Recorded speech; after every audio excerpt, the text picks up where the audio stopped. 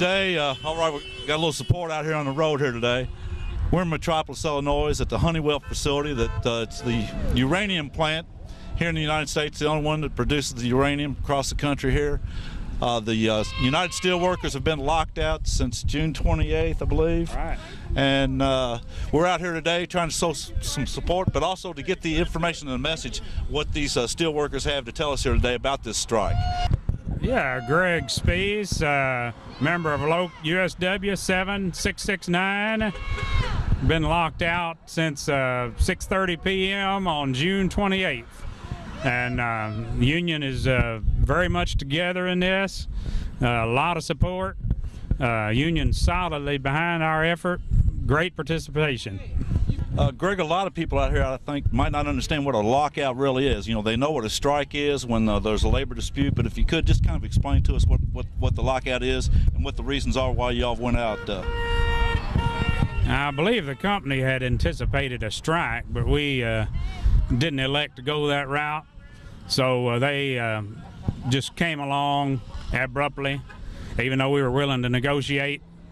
They decided unilaterally June 28th just to come in and relieve us of our duties and go with security to the locker room, gather our belongings, and get out. They started busting locks 8 o'clock this morning. We could care less what they find because we ain't been in there in about 79 days now. So I'll be honest with y'all, we talked about going in, a few of us, and kind of overseeing it, but we decided that would be a bad thing. We talked to people on the line yesterday, talked to the committee ourselves. We all decided that that would not be a good idea to do. We don't give a shit what they find in there because I know scabs put it in there, whoever done it.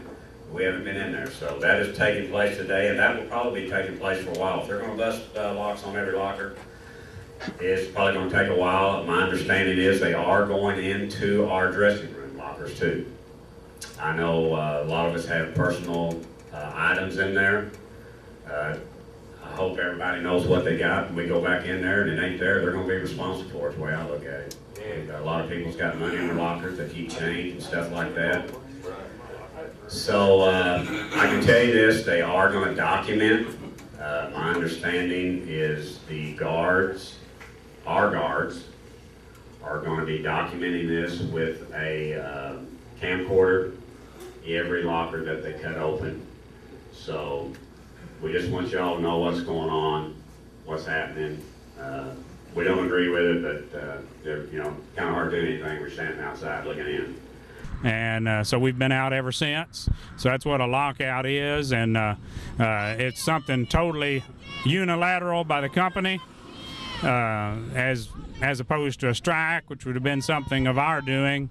The lockout was something the company initiated solely, even though we were willing to continue negotiations and try to reach a fair and equitable contract.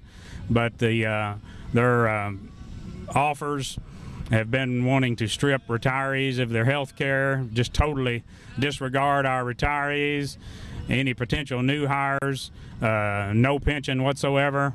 They wanted to emasculate our work rules where seniority would be meaningless. They wanted to cut off our entire instrument and electrical departments, contracted out work that we've done historically ever since this plant began in the late 50s.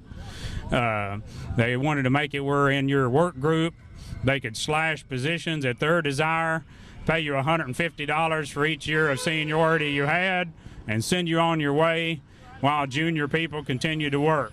So for those reasons, our body was completely unified. Our committee was authorized to reject that proposal out of hand, and we have told them whenever something comes forward, if ever, worthy of the body's consideration, the union has our complete confidence, our bargaining committee. They will bring such a contract back to the body, but as of now, there's been nothing brought to the body because the stuff they've put out has not been worthy of the paper it's written on. Greg, one of the things about this facility being the only one in the United States, the importance of safety. With the fact that we've got scabs in here that's never worked in a facility like this, is there a lot of safety concerns that you think that the public around here should be having? Well, as evidenced by a lot of the signs you'll see in the community, one right down the street said, "Nervous to be a neighbor of Honeywell." A lot of the community is very aware of what hydrofluoric acid can do. 2 tablespoons deplete your entire body of calcium and you're dead. So a release would be catastrophic to the community. Uranium, hexafluoride, HF, other chemicals we deal with here. These Shaw workers they've imported in here from Louisiana that were supposedly experienced workers have been basically assigned sweeping and cleaning duties. Sweeping and sleeping, that's probably been their duties. And they're not trained, and it normally takes a person 6 months to be trained on a job for which they bid. They've rushed them through and trained them obviously a lot quicker than that, and they could not possibly be qualified because the foremen that have been conducting the training, a lot of them have less than 6 months service or a year's service. They've lost most of their experienced foremen. Chris, over here to our right, I see a lot of crosses over there. Can you tell us what those crosses signify? Those crosses signify persons of our bargaining unit, our union down through the years, that have succumbed to different diseases, cancers, myeloma, any number of diseases you can think of that we attribute probably to the longevity of exposure that they've had to various compounds in this plant.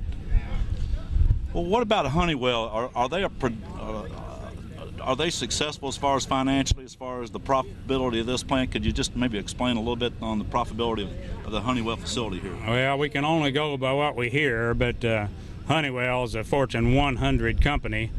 Their CEO, David Cote, sits on Barack Obama's deficit reduction panel, is a very important man in political circles in this country. I think his bonus a year ago was like $37 million, and last year maybe it shrunk down to $27 million. They maintain that this plant here, this local plant, is on par to lose $20 million this year. We have no way of ascertaining whether that's just pulled out of thin air or not.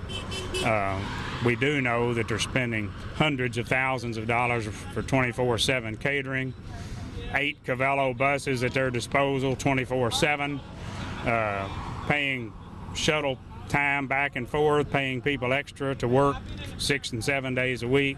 So we know their losses are mounting by their own actions.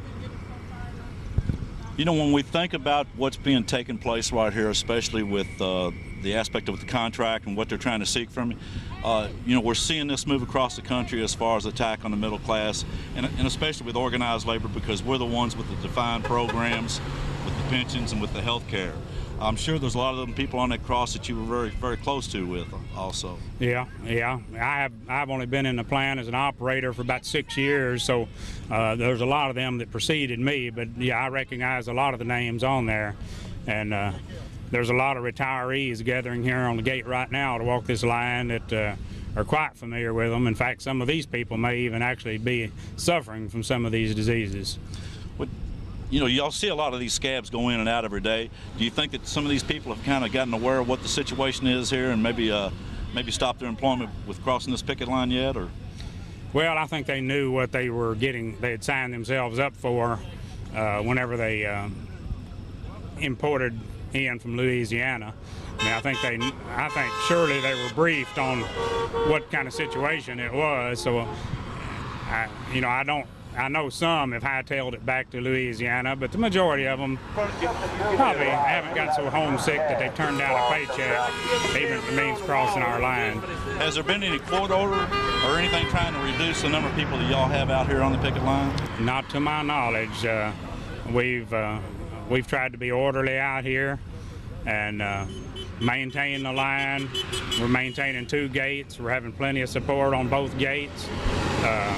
We're staying within the right-of-way, staying away from the railroad's right-of-way. So as far as I know, we've had, very little in terms of incidents. We've had no one from our union arrested. There have been incidents of trucks trying to zip in here and avoid our picketers, practically running people over and such, but our people have been very orderly throughout.